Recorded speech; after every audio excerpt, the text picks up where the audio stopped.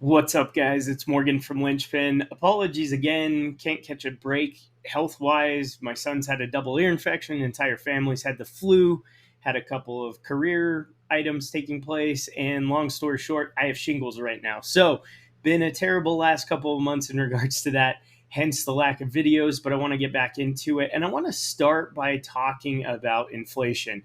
It's getting worse and worse and worse. There is a chance that that could start to slow down, and past performance does not always indicate future performance. But I want to talk through kind of how I approach inflation and referencing back to the main sectors and how I kind of go about looking for stocks that are doing well that are likely to continue. So let's go.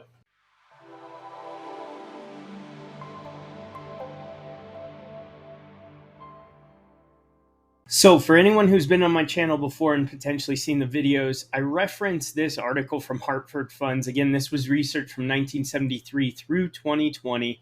And you'll notice historical high level of outperformance versus inflation, and then also the percent of time with positions returns over the rolling 12-month period. So, the reason that I like to bring this up or show you this is just to kind of give you an idea of what those sectors are shown as. And I like to reference this to recall where I should probably be looking. But let's take a look at CSI Markets data per sector. Now, as always, I'll have links down below for all the articles I'm referencing and the website. So here you can see the year-to-date best performing sectors. Energy, again, an outlier. Look at utilities, only down 2.88%. Keep in mind, this is taking into account all businesses within the sector. So this can be broken down much further. So if we scroll down, we can actually see with energy, coal mining has been the biggest outperformer, oil and gas integrated operations. So if we go into coal mining, for example, you can look at specific companies year to date. You see Alpha Metallurgical Resources is a huge outperformer, Arch Resources, Console Energy, etc.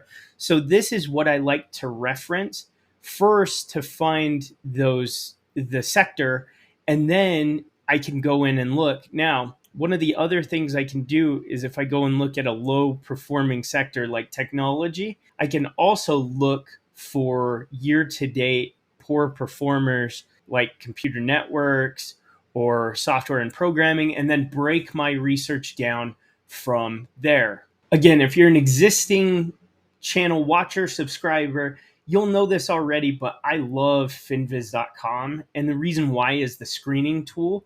So not only do you have a breakdown of the previous day, I like to look at this late at night in preparation for tomorrow if I'm going to trade something other than Snap that I trade daily. Just as a side note, 1000%, I encourage trading the same stock. I'm not necessarily saying you want to trade Snapchat options day after day, but that's what I do because my consistency has gone way up with that strategy. But this is more for finding new stuff, or if you're talking about an IRA account or things like that. So if we go into the screener tool and go to all, this is how I like to break it down. If I'm going by sector, I'll actually select a particular sector, and then I can choose options like performance, what's something year to date that's been up, what's something year to date that's been down. You can look at financials or technicals. It really doesn't matter, but that's kind of how I start breaking it down is CSI Markets first, and then I come over to FinViz to get more data on the company to then ultimately decide what I'm going to buy in that sector. Now, once again, just as I mentioned before, just because something's been outperforming so far this year doesn't mean it'll continue. The inflation situation, depending on what the Fed decides to do with rates, if they raise a whole 100 basis points or if they go for a half, whatever that might be, can all affect this. So just because something's doing well now doesn't mean it's going to do well later.